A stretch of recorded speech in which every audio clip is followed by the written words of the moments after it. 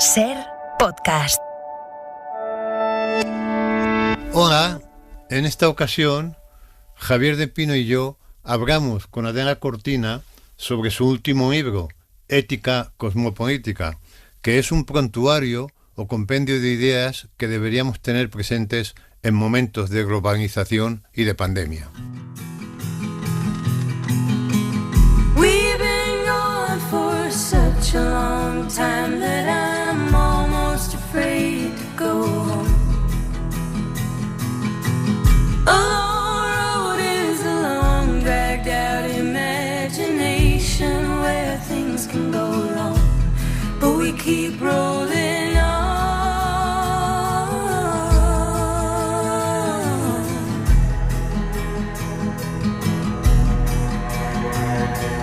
No, doctor, but if I was guessing, I'd say it was just growing pains. And painful as growing is, we can't forget it's hard to get to taking the reins, and we'll all be okay.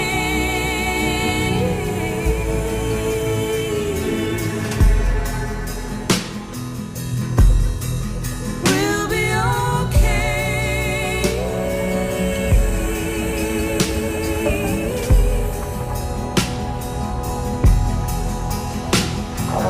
Dusty trails can lead you to a golden road. I've been told. Can't remember who it was or all she spoke. Will it pay for her thoughts? Leave me broke. 'Cause everyone's around and I'm still alone. Everyone's around right now and I'm still alone.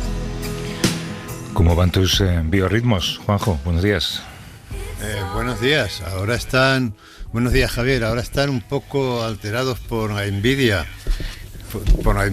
de este reportaje que acabo de escuchar, que me ha dejado, ya digo, aturdido y envidioso. Qué grande, enhorabuena a todos los que habéis participado en él. Por la medida de poder hacerlo, es un lujo poder hacer estas cosas también, con tiempo, con sentimiento. Y la verdad es que al final, ¿sabes? Te lo planteas de una manera al principio y acabas haciendo un reportaje sobre algo que no lo esperabas, ¿no? Porque yo creo que era un reportaje sobre la soledad, así es como lo planteamos, ¿no? Cómo llega alguien a morir solo al final, y acaba siendo la búsqueda de un culpable, ¿no? Y yo creo que ese culpable de la escucha por enésima vez, en mi caso, vamos, de este reportaje, el culpable es las residencias. Quienes viven en ellas no son residentes, son clientes, básicamente, ¿no? Y no hay un mínimo esfuerzo ni siquiera por preguntarles al entrar, ¿tiene usted familia? Si alguna vez le pasa algo, ¿quiere que llamemos a alguien? Algo tan sencillo como eso, ¿no? No, esto ya lo comentamos en su día, ¿no? Que las instituciones públicas hayan delegado en la actividad privada el cuidado de los ancianos, o sea, que lo hayan convertido en un negocio. Es que no cabe en la cabeza, pero son de estas cosas que no caben en la cabeza, pero que parece que no tienen remedio, ¿no? O sea, continuamente aparecen, siempre hhemos comentado, ¿cómo es posible que se vendieran pisos de protección oficial con el problema que hay de la vivienda? ¿Y cómo es posible que en el cuidado de los ancianos, el cuidado de las personas en un último tramo de su vida, lo dediquemos a ganar dinero, a hacer capital, ¿no? Ya hemos visto en las empresas que participan en él, y en el ayuntamiento, en la comunidad, pues estará pasando dinero a esta empresa, que como decíamos en su día, si tiene que quitar un yogur de la cena para decirle a sus accionistas que en el ejercicio ha ido mejor, pues se lo quitará, ¿no? Esto es tremendo, pero bueno, al margen de esto que ya digo, nos extraña, nos rompemos la cabeza, pero parece que no tiene cura, porque cada vez son más las actividades públicas que se delegan en una gestión privada, hospitales, no digamos, etcétera. El reportaje yo creo que es extraordinario también porque consigue que una vida normal sea extraordinaria porque todas las vidas normales son extraordinarias, en definitiva, ¿no? A mí, yo me estaba acordando cuando escuchaba de una asignatura que suele haber en los talleres de escritura y también en los libros estos que son talleres para la gente que quiere aprender a escribir una novela, y siempre hay una asignatura o un capítulo que se titula ¿Cómo construir un personaje?, ¿no? Entonces yo decía, pues ¿cómo construir un personaje? Pues mira, yendo al bar por el que pasa todo un pueblo, yendo a sus hermanas, yendo, a vosotros habéis ido realmente, ¿no? Pero se puede acudir imaginariamente, y de ese modo se va levantando un personaje que está lleno de tics que lo hacen verosímil, ¿no?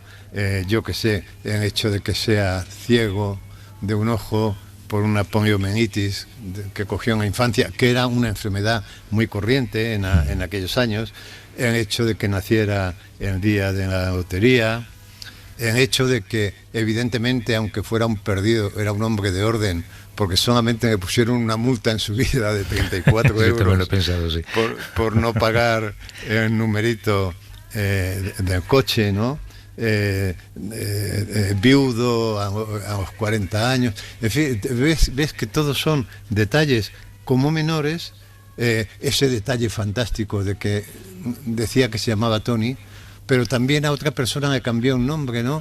Era aficionado a su mujer le llamaba Marisol en lugar de su nombre. Su mujer la llamaba Marisol, ¿no? Entonces, esos tics que ya ves son menudencias desperdigadas aquí o allá, pero van levantando un personaje del que no teníamos ni idea, ¿no?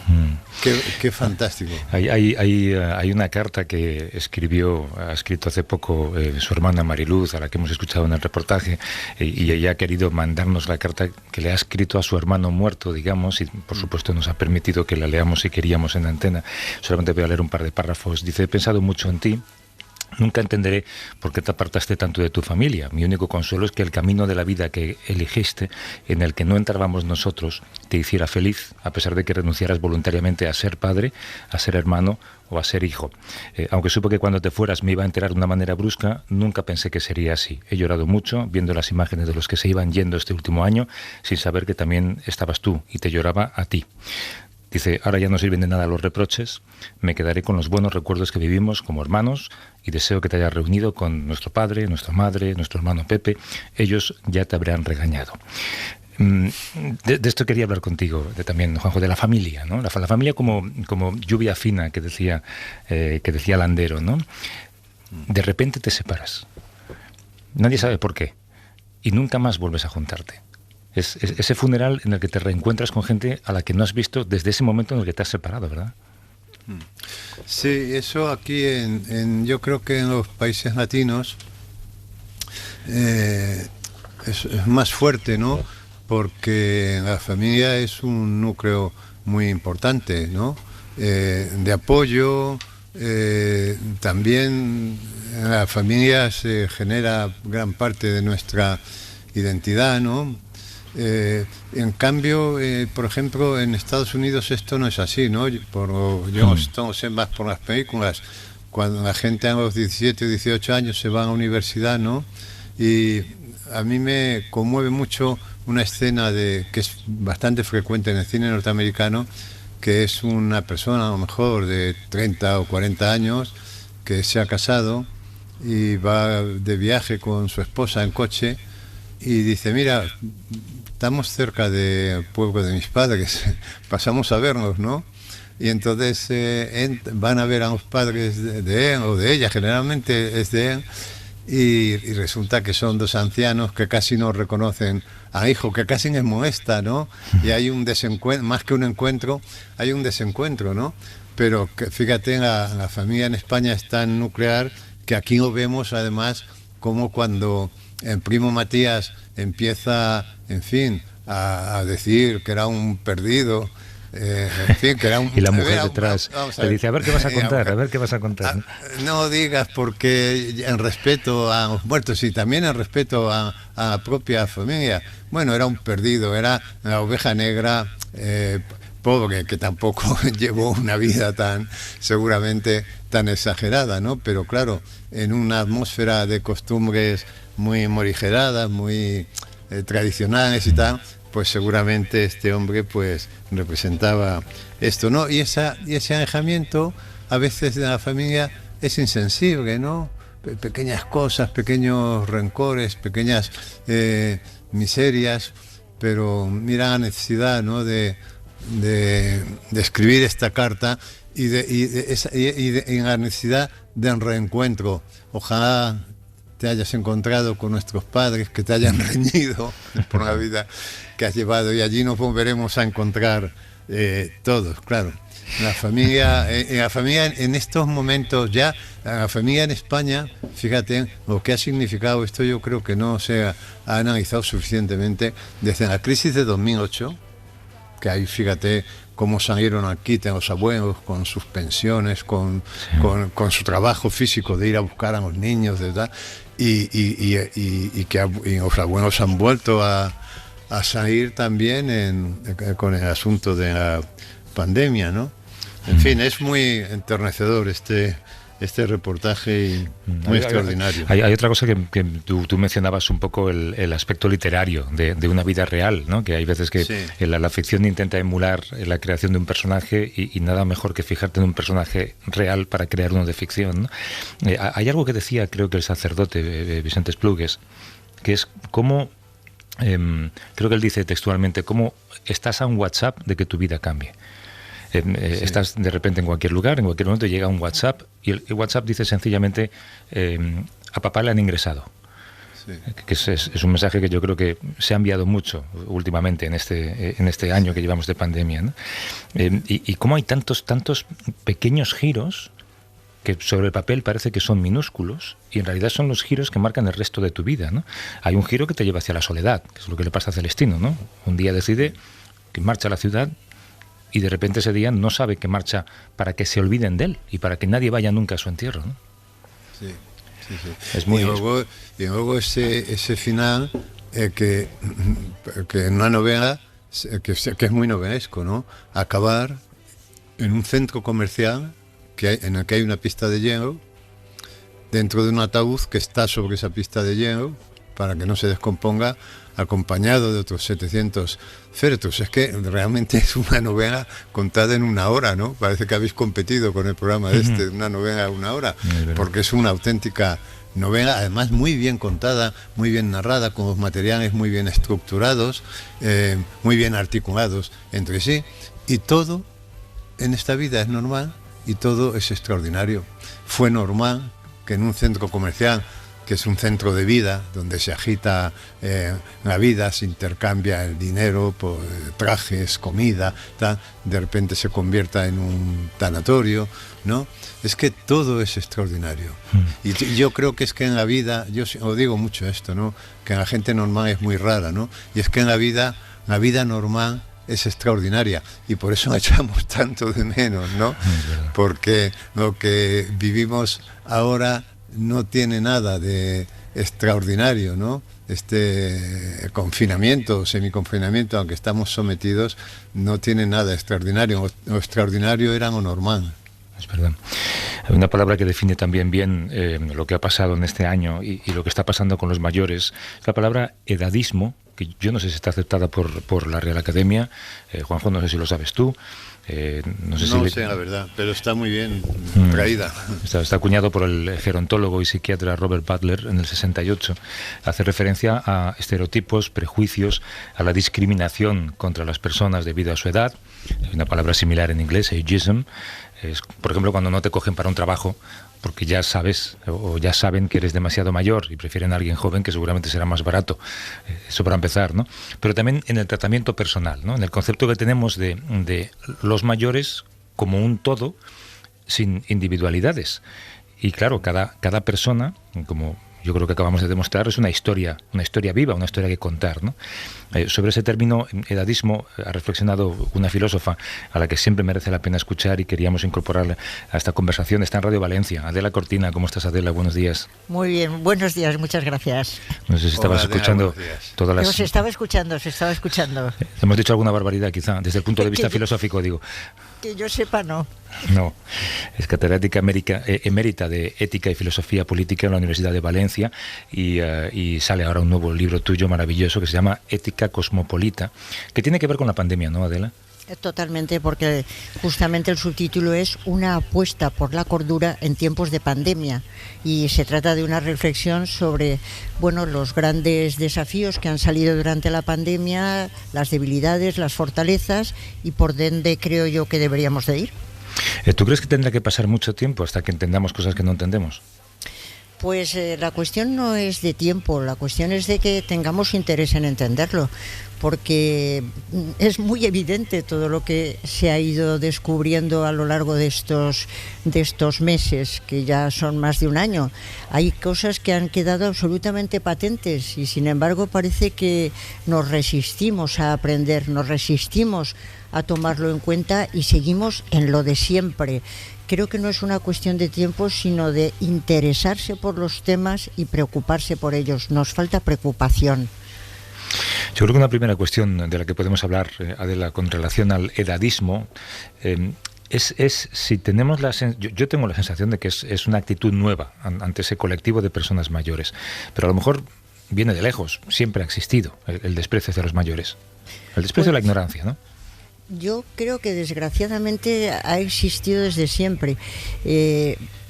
La palabra edadismo efectivamente quiere decir discriminación por razón de la edad, pero todos los expertos dicen, es curioso que cuando se entiende por razón de la edad nos estamos refiriendo a los ancianos y a las personas mayores, no discriminación a los niños y a los jóvenes. La discriminación suele ser a las personas mayores y por eso se habla también en algunas ocasiones de gerontofobia, de un cierto desprecio y rechazo a las personas mayores, porque parece que ya son personas torpes, que son lentas, que no son productivas, que no ofrecen ayuda, y entonces hay en todas las culturas, actualmente, a lo largo de la historia no, pero actualmente, excepto en determinadas culturas, hay un cierto desprecio del anciano, de la persona mayor, y eso es un error de absoluto bulto, o sea, es por supuesto inmoral, pero además es que es absolutamente falto de inteligencia, porque las personas mayores son exactamente igual que las otras y además están prestando una ayuda impresionante, y más en todos estos tiempos con los niños, con los jóvenes. Es un error de bulto la gerontofobia y el edadismo. No sé si tiene que ver con la cantidad de vocablos que existen para designar a estas personas, ancianos, viejos, abuelos, mayores, y además decimos nuestros mayores y nunca decimos nuestros menores. ¿Qué pasa? Que es paternalismo puro, ¿no? Exacto, es paternalismo puro. A mí eso siempre me hace mucha gracia cuando nos referimos eso a nuestros mayores, y lo recojo en el libro también, porque es meterlos en bueno, son nuestros, son los menores, ya está claro que efectivamente los apreciamos, y las palabras la verdad es que cuentan, porque no es lo mismo decir mayor que viejo, que anciano, que es todo un mundo impresionante en el que hay que entrar, porque bueno, lo que yo defiendo en el libro y he venido defendiendo siempre es que todos los seres humanos son iguales en dignidad, no se puede discriminar a nadie ni por razón de edad ni por razón de discapacidad, todos somos exactamente igual de valiosos. Y en el tema de la ancianidad además existe pues un punto de inflexión cuando la persona ya no puede seguir adelante. Lo que una sociedad demuestra su calidad moral es cuando efectivamente atiende a los ancianos hasta el final, a los que ya no pueden hacer la vida, a los que tienen que dejarse hacer. Creo que nuestra calidad moral está en juego. Juanjo, ¿tú has leído el libro también? Sí, he leído un libro, Adela, con muchísimo interés, y perdona que yo te corrija, aunque seas autora, en el sentido de que yo creo que es un libro escrito, digamos, por utilizar un término periodístico, utilizando la pandemia como percha, pero es un compendio, es un prontuario, un compendio de ideas que deberíamos tener presentes en momentos de globalización y pandemia, pero también en tiempos de no pandemia, ¿no? Porque es pues eso, es un prontuario de ideas, un compendio de ideas para cómo organizarnos mejor la vida, haya pandemia o no haya pandemia, ¿no? Claro, pero es que como tú habrás visto desde el principio del libro, lo que se dice es que no hay épocas post-pandemia, sencillamente porque siempre corremos el riesgo de que se produzca una pandemia, por eso tenemos que estar prevenidos. Ya, siempre hay alguna crisis, ¿no? Una de las cosas muy sorprendentes del libro es que está realmente escrito a pie de obra. Yo me sorprendía realmente cuando veía y decía, pero está hablando de algo que pasó ayer, ¿no? Por ejemplo, aparece Filomena. Digo, pero ¿cómo es posible, no? Está escrito a pie de obra, ¿verdad? O sea, a una velocidad increíble. No a una velocidad, sino con intensidad. La verdad es que todo el último tiempo, desde que estalló la pandemia, me he dedicado prácticamente exclusivamente al libro porque parecía importante hacer una reflexión sobre qué es lo que hemos ido descubriendo, que como tú dices muy acertadamente, no son novedades que han surgido con la pandemia, sino que ha surgido a la luz algo que ya estaba en nuestras sociedades y que se ha evidenciado con la pandemia. Por ejemplo, lo que estamos hablando del edadismo y la gerontofobia, la gente que ha respirado con alivio diciendo, pues qué bien, los que han muerto son la mayoría mayores y no son los jóvenes, por favor, qué barbaridad. O las gentes que han dicho, bueno, la seguridad antes que la libertad. Bueno, pero ¿dónde se ha visto? Los que han descubierto que son vulnerables a estas alturas. Por favor, era evidente, ¿no? Pero yo creo que la pandemia ha evidenciado todo esto que estaba dentro de nosotros y tenemos que aprender, claro. Sí, mira, el libro, claro, está escrito, así yo lo he percibido, ¿no? Desde el sosiego que se espera de una filósofa que está reflexionando sobre la existencia colectiva, ¿no?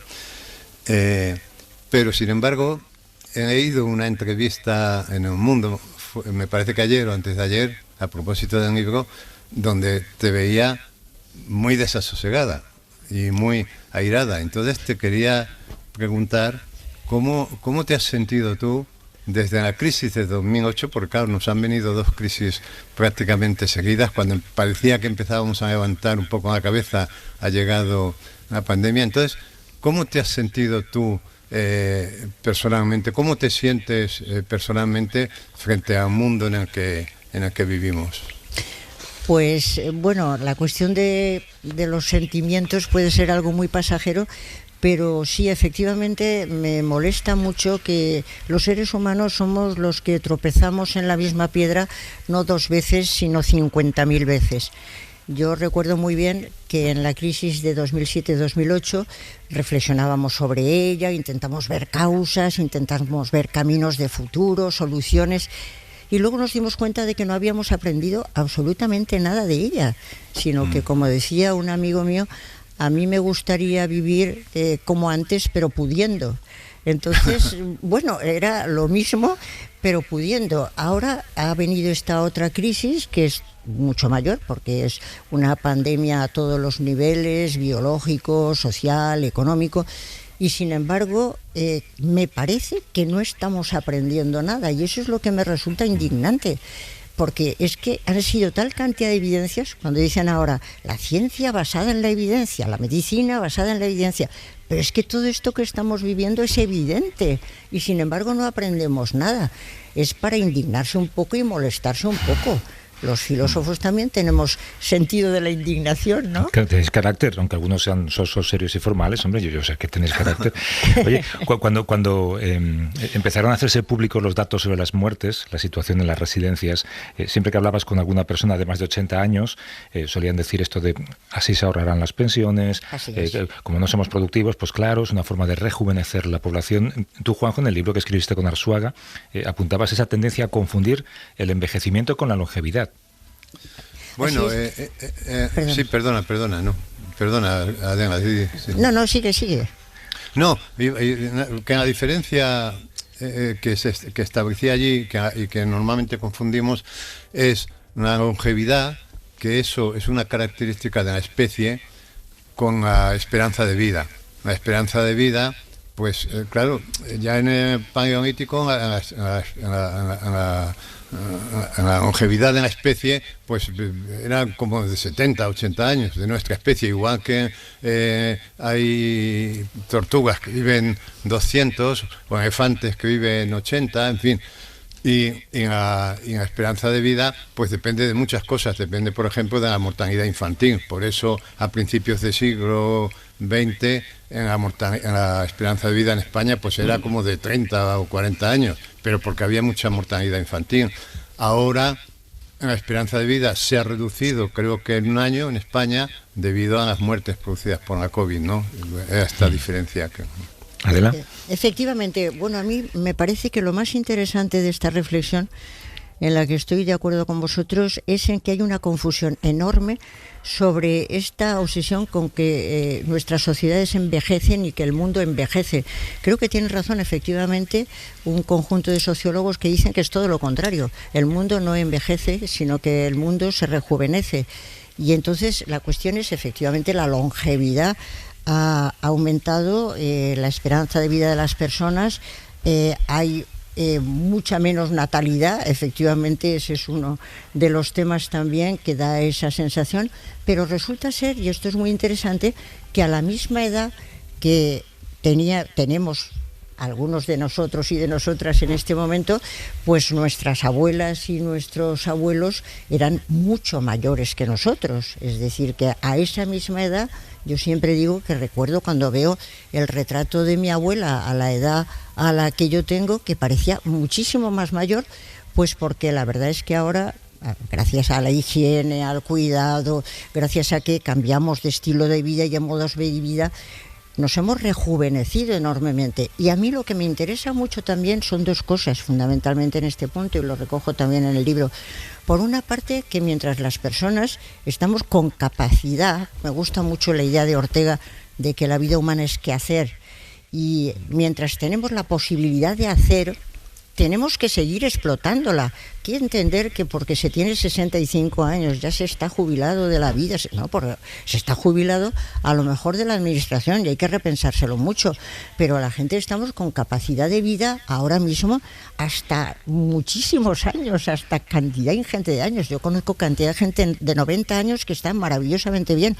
Hay que explotarse a sí mismo y seguir viviendo, y yo creo que la gente de tercera edad, de cuarta edad, está totalmente al pie del cañón. De hecho, hay algunos grupos que están trabajando en la economía basada en la edad y basada en el envejecimiento. Pero luego llega un momento en que dejamos de poder hacer, ya nuestra vida no es que hacer, sino que tenemos que dejarnos hacer. Y ahí es donde yo encuentro que una sociedad tiene que estar ayudando a los mayores que no pueden ya hacer su vida. Entonces hay esos dos momentos.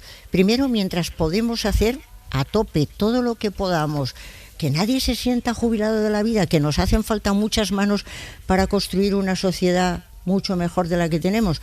Y cuando no podemos ya más, hay que estar con la persona que tiene que dejarse hacer hasta el final. Me parece que es un aprendizaje del edadismo y la genotofobia, y luego que hay que generar actividades en que se puedan juntar gentes de distintas edades, porque todos tenemos mucho que aprender unos de otros.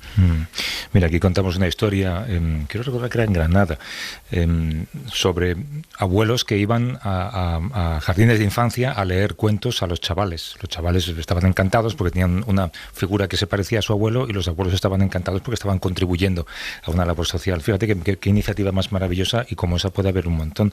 Yo lo que me pregunto, Adela, es en ese escenario que tú dibujas, si las residencias, tal y como las conocemos y tal y como están planteadas ahora mismo, es un buen tramo final de la vida. Bueno, mira, es un tema que es uno de los que hemos aprendido durante la crisis, que había problema ya, pero sin embargo, pues parecía que lo dábamos por bueno. Yo escribí hace no sé cuántos años un artículo en El País, uno llevaba por título La extinción de la mujer cuidadora, y yo alertaba allí de que la mujer cuidadora, que es esta que ha cuidado siempre de toda la familia, pues es una especie que está extinguiendo, y en buena hora. ya las mujeres trabajamos, las mujeres no nos dedicamos exclusivamente al hogar ni mucho menos, y entonces claro, se planteaba un problema, y es el de quién se hace cargo de las personas que no pueden hacer su vida, quién se hace cargo. Está esto alertado desde hace no sé cuantísimo tiempo, y la cuestión era, hay que buscar soluciones alternativas. No se puede dejar a las personas que no pueden hacer su vida, no se les puede dejar a la estacada. ¿Qué tiene que hacerse? Bueno, hay gentes que se pueden hacer cargo de sus personas mayores, pero hay gentes que no tienen medios. Era el momento de haber creado, y ahora hay que seguir con ello, una cantidad de residencias tanto públicas como privadas. Y me parece muy interesante recordar, porque yo estuve en el tema también de la reconstrucción de la ciudad de Valencia, que hay poquísimas residencias públicas, residencias públicas. Quiero recordar que es un 20%. Una cosa, claro, entonces la persona que no puede pagar la atención de su mayor, ¿dónde puede llevar a esa persona? ¿Qué se hace? Se crean unos conflictos enormes, como sabemos. Hay que crear residencias públicas y que estén con todos los niveles de atención. Y las privadas, lo que hay que hacer es efectivamente controlarlas, efectivamente tener en cuenta, y para eso existe la Consejería de Bienestar Social, y para eso existe la Concejalía de Bienestar Social. Tienen que estar pendientes de todas estas cuestiones. ¿Qué estaba pasando en las residencias?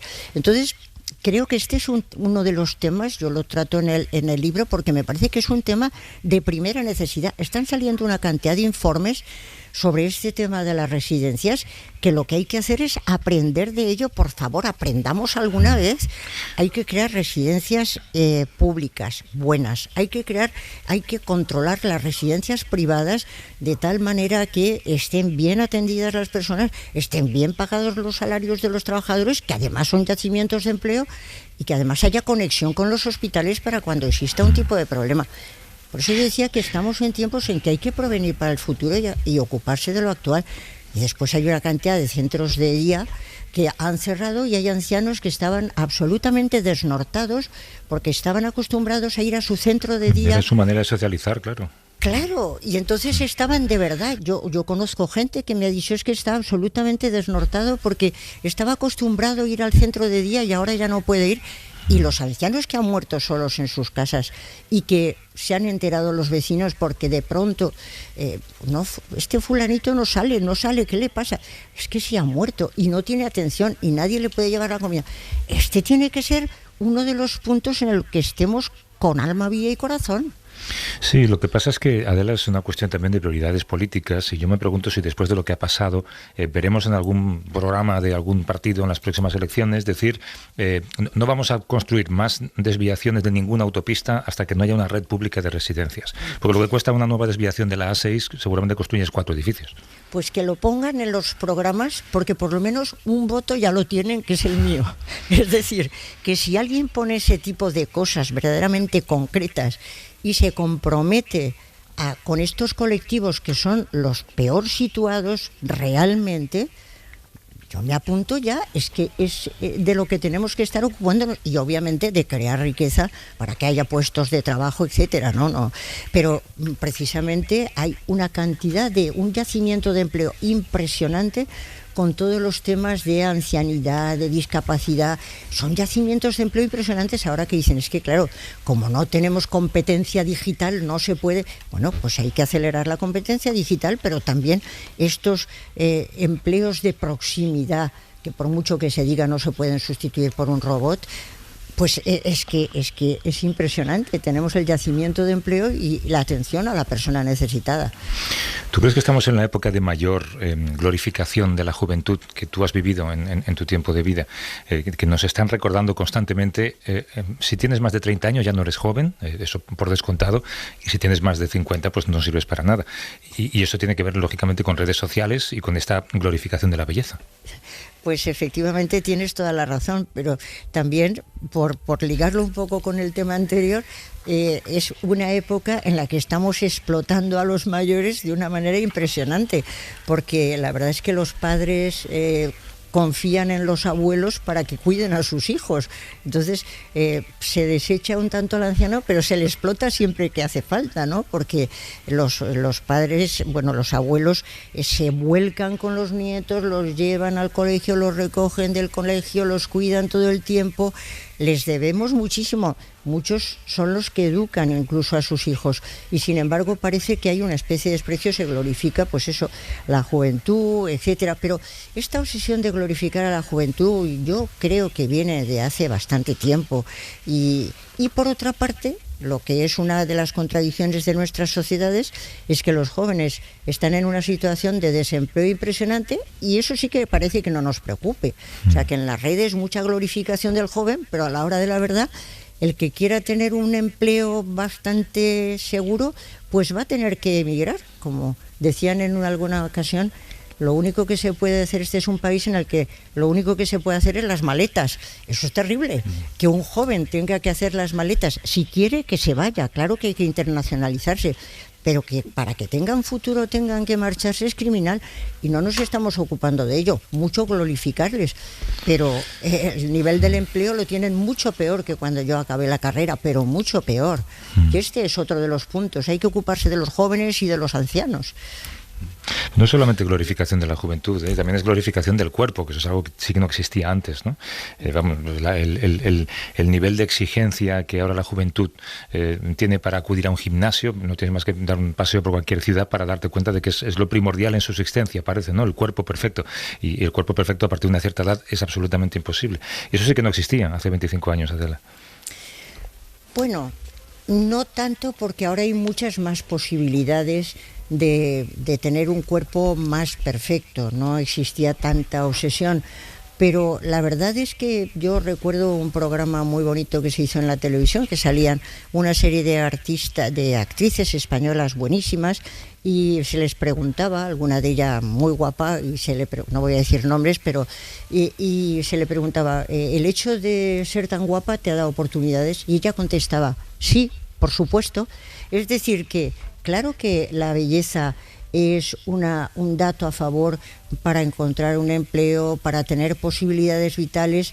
Eso es así, por eso hay este tipo de problemas de la gente que está obsesionada con querer tener esos niveles de belleza, y eso es agobiante.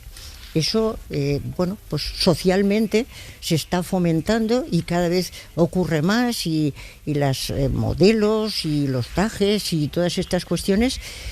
Bueno, pues ¿qué se puede hacer contra eso? Yo creo que eso no es nada bueno, porque a la gente la obsesiona y le preocupa enormemente cuando en la vida hay tal cantidad de cosas impresionantes que, bueno, tener un cuerpo agradable siempre es bonito, pero no pasa absolutamente nada, porque se puede no ser tan guapa y tan guapo y sin embargo ser extraordinariamente feliz. Las oportunidades vitales no vienen solo de eso, ¿no? Sí, esto, Adela, todas estas carencias de las que estábamos hablando, ¿no?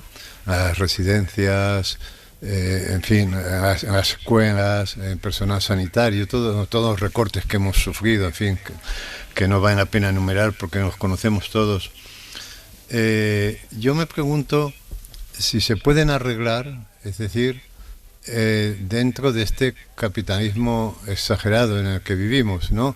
Quiero decir que tú hablas en algún momento del paso del capitalismo industrial al capitalismo financiero, y haces muy bien la distinción entre los modelos económicos de China o de Estados Unidos o el europeo que identificas con la socialdemocracia, pero la pregunta es, en el estado de capitalismo financiero en el que vivimos, ¿es compatible ese capitalismo exagerado, es compatible con la creación de todas estas cosas de las que estamos hablando, o es absolutamente incompatible? Pues en la situación de capitalismo financiero en que vivimos realmente es incompatible, pero por eso creo que hay que modular esta situación. Entonces vayamos por partes. Primero, yo creo que no ha aparecido ninguna alternativa clara al capitalismo que sea viable y que efectivamente esté mejorando la vida de las personas. Los modelos que ha habido alternativos han llevado a verdaderos desastres. Entonces la cuestión es, primero, ¿qué tenemos? Un capitalismo neoliberal norteamericano y un capitalismo comunista chino. Tenemos esos dos niveles y por eso entiendo que hay que potenciar aquel que ha dado mayor rentabilidad desde el punto de vista de la eficacia del bienestar. Europa creo que tiene un modelo, como estabas comentando, creo que el modelo europeo, que es el modelo de la economía social de mercado, creo que es el mejor modelo de los que se ha creado y por eso me parece que es muy importante que en la Unión Europea coja fuerza, porque como no tenga poder para dar su voz de una socialdemocracia va a ser muy complicado. Y creo que ese es el modelo, sinceramente creo que es el modelo que hay que potenciar. Y me alegro mucho, y también lo recojo en el libro, de que en el mundo de la economía, que es un mundo muy importante para que haya una vida buena para las personas, en el mundo de la economía están surgiendo una gran cantidad de propuestas, algunas de las cuales vienen de las propuestas también de Naciones Unidas, por ejemplo, de los Objetivos del Desarrollo Sostenible. Los Objetivos del Desarrollo Sostenible, si fueran realmente los que dirigen la economía y la política, sería extraordinario. Yo es un modelo al que me apunto ya, porque son una serie de objetivos, 17, el primero de los cuales es acabar con la pobreza, después reducir las desigualdades, después, si efectivamente eso lo tomáramos, sería una propuesta económica y política verdaderamente extraordinaria. Está ahí y hay gentes que están trabajando en esa dirección. Hemos de ir viendo qué cosas ya están para llevarlas adelante. Pues si no, todo el tiempo está hablando uno, capitalismo de la vigilancia, capitalismo de las plataformas, a ver qué nombre encontramos que sea un nombre más llamativo. Eso no creo que nos lleve demasiado lejos. Creo que hay una socialdemocracia muy bien inventada, que Europa apostó por ella en algún tiempo, que hay que seguir en esa línea y en la de los Objetivos del Desarrollo Sostenible. El camino está ahí, hay que andarlo. Sí, esto, si me permites, Javier, Sí. que yo quería comentarte, Adela, que ya desde hace algún tiempo, a veces pues he tenido oportunidad de reunirme con empresarios o con personas que realmente tienen poder para modificar las cosas, ¿no? Y es frecuente que en algún momento de la conversación digan, ahora en esta época lo que vamos a necesitar, en fin, aparte de los resortes económicos, etcétera, son filósofos. Ahora más que nunca lo que vamos a necesitar son filósofos. Esto lo llevo oyendo yo desde hace un montón de años, ¿no? Pero no veo que se incorporen. Entonces te preguntaría si a ti te llaman mucho de ¿Dónde está el cuerpo de filósofos, no? Te llaman de Mercadona, te llaman de Corte Inglés, te llaman de muchas empresas y te ponen en nómina como filósofa. Pues mira, te voy a sorprender. No me llaman de muchas empresas y me ponen en nómina como filósofa, pero aquí donde me ves soy directora de una fundación de ética de la empresa. Lo sé. Que creé, qué tontería. La fundé con otras gentes, por supuesto, aquí en la Comunidad Valenciana, y ya llevamos 30 años. No está mal, ¿eh? Ética de la empresa. De ética de la empresa, sí. Y bueno, tenemos en nuestra fundación alguno de las empresas que acabas de mencionar y efectivamente estamos trabajando desde hace mucho tiempo en esa línea, porque creemos que, como dice el Premio Nobel de Economía, Amartya Sen, la economía tiene que ayudar a crear buenas sociedades. Y me parece que es muy importante que la economía se ponga al servicio de las buenas sociedades, y en este momento es un momento fundamental, porque vamos a necesitar que la economía esté muy al servicio de las personas. En ese sentido, nosotros tenemos reuniones con empresarios y con gentes justamente en esta línea en la que yo estoy hablando, y hay muchos que se están sumando y creo que se hace camino al andar.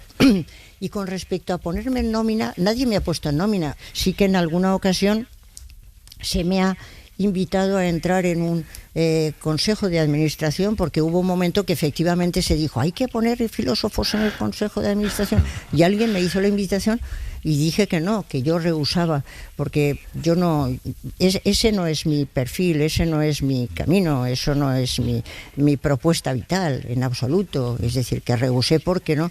Pero mira, sí, hay algunos que parece que están intentando contar. No, está muy bien, sí, sí. Es una De buena todos idea. modos, esto coincide, esto que decimos, con un declive de las humanidades, ¿no? Esta falta de atención a los filósofos. Bueno, efectivamente, ese es uno de los capítulos del libro. La verdad es que existe una idea muy equivocada, y es la de que los saberes se tienen que medir por el Producto Interior Bruto, ¿no? Por el crecimiento en el Producto Interior Bruto de los países. Si son rentables, pues entonces merece la pena potenciarlos. Si no es así, pues bueno, tampoco hay que tenerlos en cuenta. Yo creo que las tecnociencias hay que potenciarlas, por supuesto, y las ciencias de todo tipo, y trabajo con gente de tecnociencias y científicos y es una gozada trabajar con ellos. Pero me parece que las humanidades son absolutamente imprescindibles.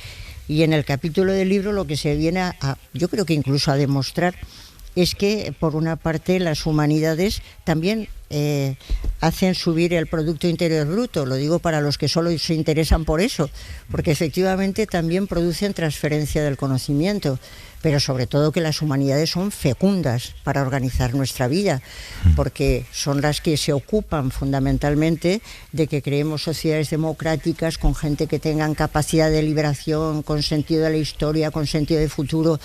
Las humanidades son fundamentales para la formación de las personas, que es la clave de una sociedad. Hay que potenciarlas y sobre todo en este momento es preciso trabajar conjuntamente humanidades y ciencias, porque no hay un solo problema de los que se plantean a la humanidad que no necesiten la conjunción de todos los saberes para resolverlo. Lo estamos viendo en la pandemia. Nos hacen falta todos los saberes, todas las manos, las tecnociencias, la industria 4.0, tal, y por supuesto las humanidades, que de alguna manera marcan el camino. Claro. Oye, hay una cosa más que quería hablar contigo, Adela, y lo hemos comentado alguna vez Juanjo y yo en este programa. Tú hablas mucho de cómo vive la sociedad sumida en una especie de enfrentamiento continuo. Primero marcándose retos constantemente, ¿no? El reto de conseguir una vacuna, el reto de que nos llegue, el reto de vacunar a todos.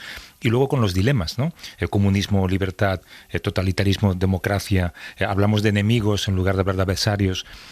Yo no sé si esto forma parte del hecho de vivir en la televisión, que la televisión está marcando una manera, esto es una teoría que tiene Juanjo, ¿no? Que esto es el reality show es este en el que vivimos, y en realidad los informativos lo que hacen es retransmitirlo. Pues tenéis toda la razón, desgraciadamente, me gustaría que no la tuvierais, pero la verdad es que yo estoy totalmente de acuerdo con eso, que eso es lo que nos pasa. Cada vez más estamos estudiando qué es lo que pasa con la comunicación, qué es lo que ocurre con ella. La comunicación, como sabéis vosotros mejor que yo, es clave para la vida de las personas. Si tiene que haber una ética en este mundo, es la ética de la comunicación para construir una sociedad democrática, y la comunicación parece que también tiene un tipo de reglas, y la más importante es tratar de atraer la atención del público, tratar de atender la atención con lo que sea, y lo que es, pues suele ser lo chocante, lo conflictivo, lo paradójico, lo extraño. Yo no voy a poner ejemplos porque no hace falta, los tenemos todos en mente, pero ese juego de lo chocante, lo paradójico, lo conflictivo, bueno, llama la atención, y entonces es lo que está circulando en la televisión, por supuesto, pero también en las redes sociales, etcétera. Con lo cual, teniendo en cuenta que la gente tenemos una construcción mediática de la realidad, al final acabamos asumiendo eso que se nos va dando desde los medios. A mí me preocupa mucho que una de las maneras de atraer la atención sea buscando el conflicto, buscando la oposición, que es lo que desgraciadamente está hoy en día reinando en España por parte de los partidos políticos para atraer la atención y plantear dilemas, etcétera.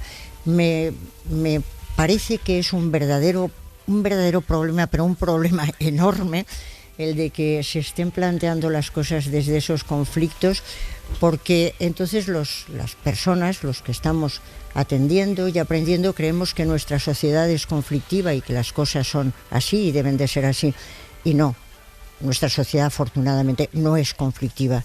Y yo confío en que no nos contagien el conflicto de quienes lo que quieren es conseguir votos y no tanto construir una sociedad madura. Ves, al final tenías razón, Juanjo, somos nosotros el show de Truman. Adela Cortinas, catedrática emérita de Ética y Filosofía Política en la Universidad de Valencia, autora de Ética Cosmopolita, una apuesta por la cordura en tiempos de pandemia. Está publicado por Paidós. Está ya en la calle el libro, creo, ¿no? Sí, sí. Ha salido. Adela, mil gracias por acercarte a Radio Valencia un ratito, charlar con nosotros. A vosotros, por supuesto. Gracias. Hasta Hasta luego. siempre. Gracias, Adela. Un Un abrazo. abrazo. Y Juanjo, los biorritmos que te preguntaba al principio, bueno, ha sido a las 10, con lo cual tu vida no ha cambiado de momento, porque son las 9 de ayer, ¿no? Ya, pero me he levantado a las 5 de ayer en lugar de a las 6. Vaya, por Dios. Una cosa por otra. Descansa esta Semana Santa, un abrazo. Un abrazo. Call my name, but no one's there except a feeling in the air. You and I both know that the house is haunted. Yeah, you and I both know that the ghost is you. Used to walk around screaming or slamming on them doors. Well, I'm all grown up now, I'm scared easy no more. But you and I both know. Yeah, you and I both know. Suscríbete a Las Edades de Millás. Todos los episodios y contenidos adicionales en la app de Cadena SER y en nuestros canales de Apple Podcast, Spotify, iVoox, Google Podcast y YouTube. Escúchanos en directo en la SER los domingos a las 9 de la mañana.